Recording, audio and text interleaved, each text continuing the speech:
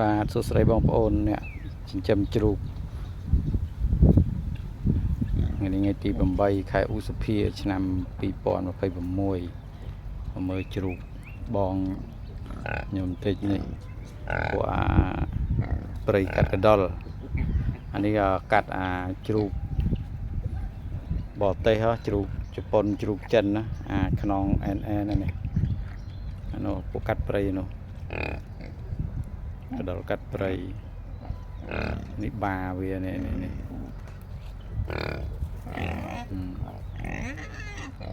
ពួកកាត់ចេះគេនិយមចិញ្ចឹមដោយសារវាធំលឿនហើយផ្ដល់ទិន្នផលខ្ពស់គឺកូនច្រើនជាងព្រៃសុទ្ធនេះខ្លួនវារាងខ្លីជាងចំមុះវែងជាងគឺកាលចំមុះដូចគ្នាខ្លះដែរអានេះឲ្យតែវាកាត់ប៉ុន្តែគាត់ថាកូនវាតិចជាង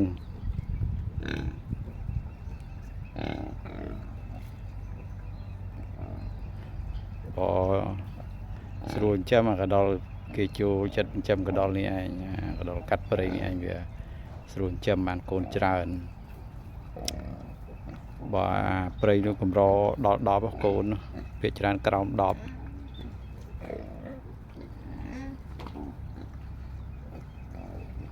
កូនវារត់មកវិញមួយ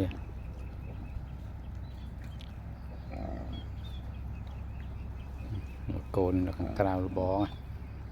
មេនៅខាងក្នុងមកទៀតវុត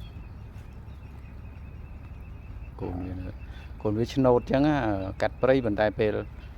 ព្រៃក៏ឆ្នោតដែរព្រៃខ្លះឆ្នោតចឹងពួកឆ្នោតព្រៃខ្មៅដែរតែឆ្នោតចេះតែត្រឹសបន្តិចហ្នឹង2 3ខែទៅចាប់ដើមបាត់ឆ្នោតអស់លុបឆ្នោតនឹងចេញសល់ដូចមេវានេះសល់ពណ៌ចេះពណ៌ប្រភេទកូនដល់វាតូចជាងឆ្នោតហ្នឹងបើខ្លះខ្មៅ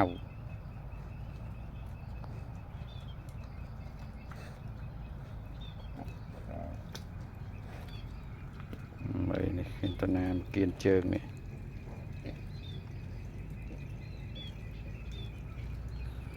ជួនgiờក្តៅនេះរត់ចូលផុករត់ទឹកលេងទឹកខែក្តៅកុំភ្លេចរឿងទឹកវាលេងឲ្យសោះសត្វប្រភេទនេះវាចូលចិត្តទឹក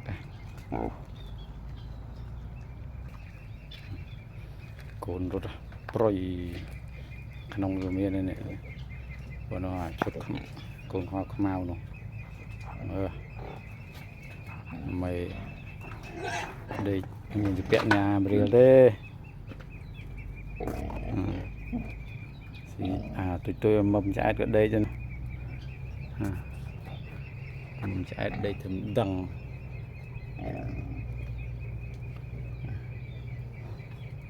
ដល់ម៉ោងរត់លេងមកផ្គាល់